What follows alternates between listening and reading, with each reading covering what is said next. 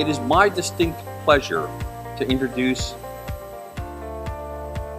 someone who I admire tremendously. I spend a lot of time at banks and with central banks, and every once in a while you'll meet someone who really is a superstar when it comes to central banking. I'd like to introduce Rashid Al Maraj, the governor of the central bank, someone who I admire to no end for his ability to create an environment to which innovation will happen. Governor.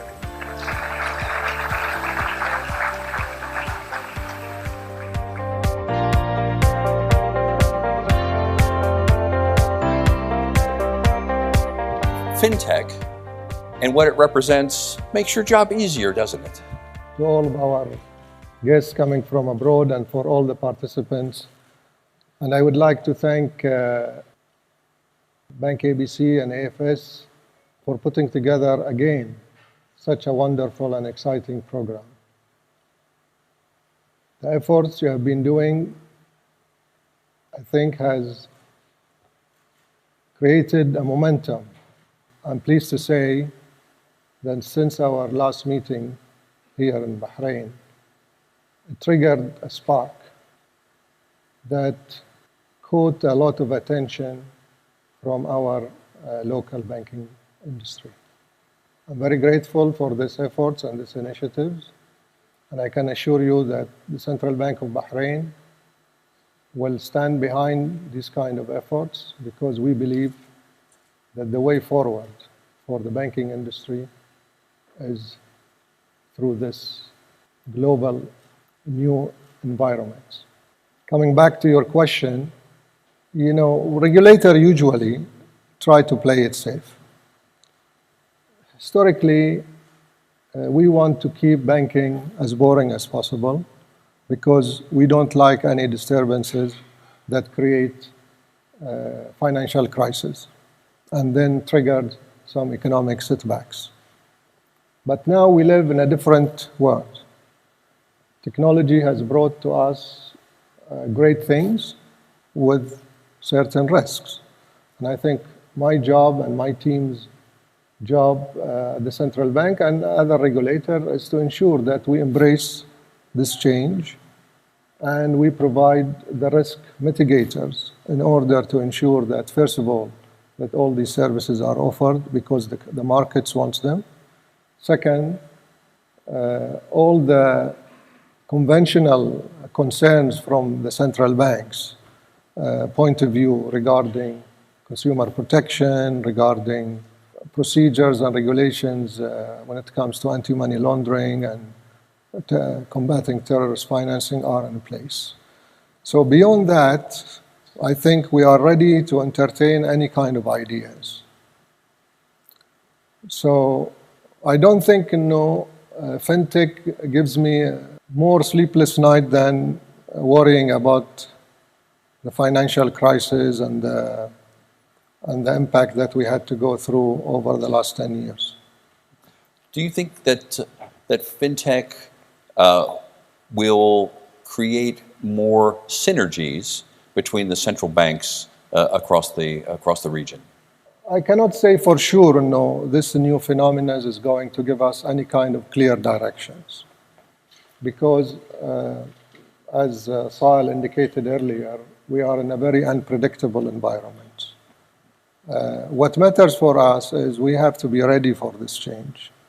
And the most important thing, I think, we have to create the mindset shift so that we embrace this change, we provide the right environment for this to operate, and we become an enabler rather than a barrier for this new technologies.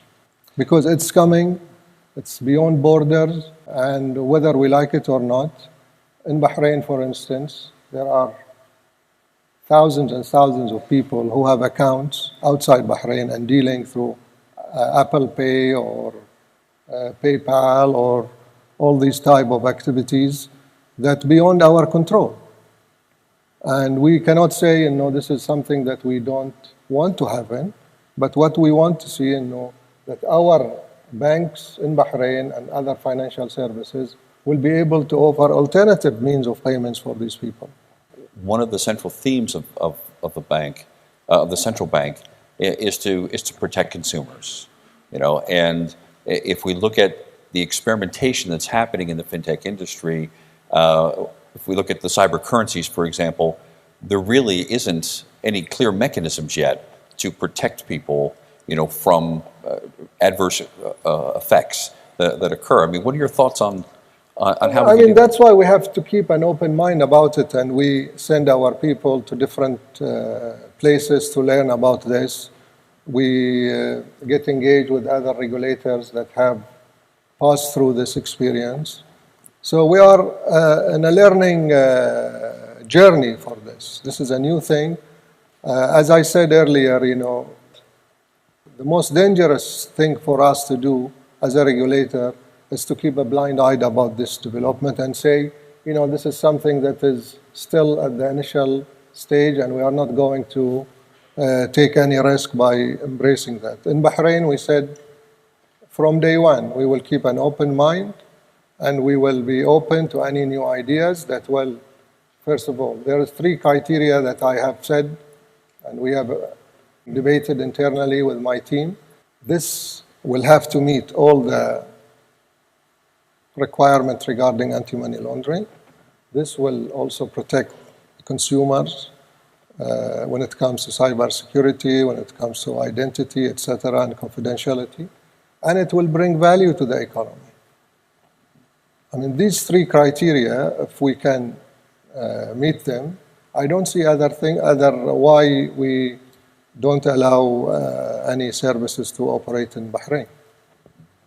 And do you see in this particular market the development of more collaboration between the fintechs and the banks themselves and the central bank? I can speak about Bahrain. We were a slow starter on this. That's why I was very pleased to see AFS and Bank ABC took the initiatives last year and started this conference. And this year also it's becoming a bigger and more attention. And I see more of my colleagues from the banks in Bahrain are present here. It triggers an interest. And I think the banks, with our own encouragements and with the debates that we have been having lately, are getting excited into jumping into this. And in the wider circles, there are also interest from individuals and companies who are joining our regulatory sandbox that we started last year. And I think this will create a momentum, and hopefully this will yield better results for Bahrain at large. In fact, I read about your sandbox. Can you tell us a little bit more about that? We started this middle of last year, and then we complemented it with setting up a unit within the central bank for fintech. Since then, there is about 7 or 8 applicants that are starting on this regulatory sandbox. And we are still looking into more applicants joining the regulatory sandbox. The sandbox has certain conditions. We would like to use this as an experimentation for us to learn more about this industry and how we can put in place the right checks and balances. And at the same time, we work with the industry and learn from them what are the things that will make them succeed. The idea is to ensure that graduation from the sandbox to the real economy in a reasonable way, and that will hopefully bring about, as I said, the good value for the economy of Bahrain. The sandboxes that have been set up in places like Singapore, Malaysia, and Hong Kong, one thing that really impressed me was the sheer number of young people who were involved in that. And if I look across the Middle East, over 50% of the population is under age 25. So I think there's an environment there which is unique in the world for this large amount of human capital that's under age 25 to really do things. I mean, what are your thoughts on how the sandbox can be used to amplify the young people of the region, and how it can be used for financial inclusion? Look, the way I see things, and this is shared vision within the central bank, is it's our duty to put the infrastructure for the future. It is not good enough for us that we just maintain certain level of financial stability and we think the banks is doing fine and that's it. We look at it from a different perspective. Exactly what you are saying. We should work for the future.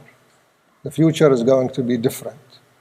The expectation and the inspiration and the energy that we see within our young people should be harnessed in order to meet their expectation for the future. And if we don't provide the right environments for the future to happen, I think we will fail in our duty, not only as a regulator, but as a member of the public institutions. We have a responsibility not to look in a very narrow vision, not in a tunnel vision. We have to look in a wider vision. Our role in Bahrain, we may have to play an unconventional role as a regulator because the financial services is the second largest sector in Bahrain. And historically, this sector has played a critical role in the development of Bahrain. If there is any sector that can have a leverage to the economy of Bahrain, it's only the financial services sector. And I think because of the availability of the manpower, the financial resources, we have to ensure that and help the financial services build the infrastructure for the future. I want my fellow citizen, the young generation in Bahrain, to feel that, as they move into the labor markets and they find the right environments for them to operate, to meet their expectation and to fulfill their satisfaction toward change. It is no good for me to play it safe. One thing that we forget as bankers is that banking, unlike any other industry within a nation, provides social financial cohesion. We're the glue that holds society together. Now, as we look at fintechs coming into the banking sector, we think of it as a disruptive force, but actually it seems more of an enabling force where it expands our infrastructure to do things we couldn't anticipate 10 years ago. And I think the young people of today have a different attitude towards using the financial infrastructure than our generation does. I mean, if you look at their behaviors with payments and the way they save and spend, it's very different than that. And what I'm wondering is, in the Eastern markets, when we have these sandboxes, we do have a number of experiments that fail, and what they've learned in the Eastern markets is that they want to reward failure because they've learned how not to do something. They feel that's as important. How do you feel about that sort of social attitude here in the region? I think experience is learned by, or got is by failing. You have to look beyond this winning game for this to make it meaningful for the country. We have to look beyond the individual experience and use it as collective movements and initiatives in order to embrace and plant the right blocks into this big jigsaw. Now we are starting now with this. We are still at the early stage. I cannot say for sure what will succeed and what will not, but we are keeping an open mind. We are encouraging every idea to come and test it within this regulatory sandbox. And we hope that, we will get some success, and this will hopefully graduate into being fully licensed company and will become an example for others to follow suit. I hope people do not look at these initiatives from the point of view of dollar and cents only. Did you foresee the issuance of sort of hybrid licenses that may not be full banking licenses? They will have sort of a different composition? We have started long before this regulatory sandbox. We have licensed around 16 companies that operate within card processing and and payment services. And some of them have made some good inroads in their activities. But now with this new experience that we have with the regulatory sandbox, obviously if somebody graduates from this regulatory sandbox, they will be fully licensed as a member of our financial service community, and they will operate under the same umbrella that the rule book requires. And do you see banks in Bahrain expanding to other markets and how that relationship will work? The domestic banks, I don't think they have the capacity yet to be an active player on the regional level. But we have the wholesale sector, which is predominantly regional banks like ABC, GIB, and the others who have been very active on the regional and the global sense. Our banks in Bahrain are still very domestically focused. Most of them are very small. The central bank over the last period have been encouraging mergers between banks, and we will continue with this policy because we believe in order to become an active player regionally, we have to have sizable banks in Bahrain that will have their major attention to Bahrain market, but they become a player on the regional scene. Discussion we had yesterday, we talked a little bit about Bitcoin and blockchain and the cyber currencies, and I know that some regulators in different markets have come out with very strong opinions, on these technologies.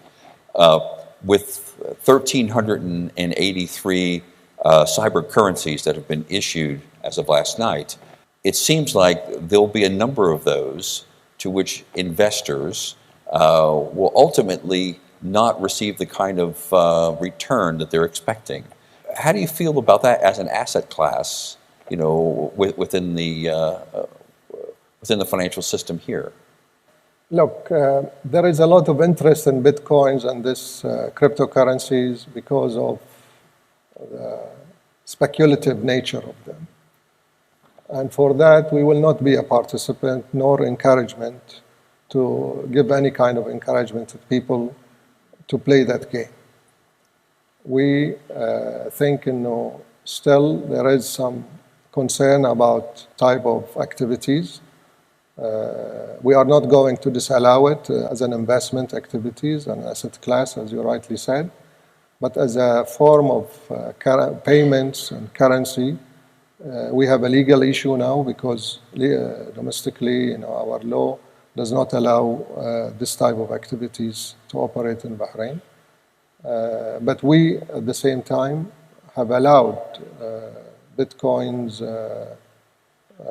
initiatives on the regulatory sandbox. We will see what happens, what kind of offering they will have to the public, and we take it from there. And we are trying to understand what other regulators is doing in this aspect.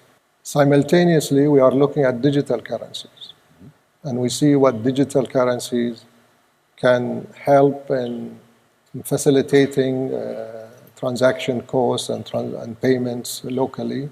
That's why we are studying and familiarizing ourselves with different central banks' activities on this, because we think the advancement of technology will make it imperative for all central banks to start introducing some form of digital currency locally.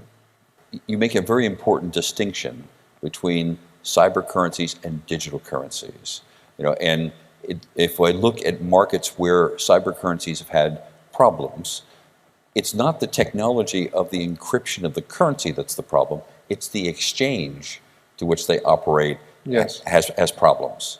And I think we're just at the point now where we're emerging from this infancy of these types of currencies into now looking more at the practical side of it, and how do we create the exchanges that are much more robust? Because the encryption of the currency is pretty secure, but the the entire ecosystem that it operates in, it seems like the Wild West almost. Well, I think, the recent incidents that took place in Tokyo where the exchange was hacked and certain money was siphoned out anonymously, this also creates a concern for us, If all these transactions are supported by this distributed ledger blockchain, one could have expected, all these transactions can be traced. But this incident, I think, highlighted our concerns about the security and the robustness of checks and balances within these exchanges. We have to be in guard on these things. I mean, it cannot be left blindly that, these are cryptocurrencies that are supported by well-tested technology. But you have incidents that makes you wonder, whether there is an arrangement that makes you comfortable about it. I think you said something there that really kind of triggered something in my mind. If blockchain is simply a ledger of custody, and we know who the ownership of that particular component is at any one time, if a cyber currency is stolen, we should be able to find it. Right. We should be able to have a ledger of all the stolen ones that are no longer valid. Right. But that seems that hasn't really emerged yet. That's exactly my point. You just cannot take it for granted. All these arrangements are in place and the technology is there. But when you have incidents like this, things disappear in thin air. I mean, it's incomprehensible. I mean, similarly, you had incidents that you hear from time to time, like, the Central Bank of Bangladesh, where there was money taken out by anonymous people. So you have to be on guard. You have to put in place all the tests and all the controls in order to make sure that nothing is left, because at the end of the day, the central banks, any central banks, their responsibility is to protect the public's interest and consumer protection and confidentiality of the information is key in our business. One final question. People ask you all the time about what are the challenges that the fintech represents for central bankers. I'd like to turn it around the other way. What do you see as an opportunity? It is an opportunity. I mean, we see it in terms of bringing in new technology that will facilitate and will cut the cost of transactions, will make it accessible to wider customers, the unbanked that were left behind, and countries that, makes it very difficult for them to find suitable banking services. I think we have to look at the African experience in Kenya and other sub-Saharans. It has done wonders to the people there. And I think that's the beauty of this fintech. And that's why in Bahrain, we at the central bank are very excited about it. And we think, this is probably the next thing for our development as a financial services in Bahrain. Thank you for sharing your insight on what's happening there. And I also would like to take this opportunity to congratulate you on the award that you received from the Banker magazine. I hope the audience will join me in thanking you for spending time with us this morning. Thank you.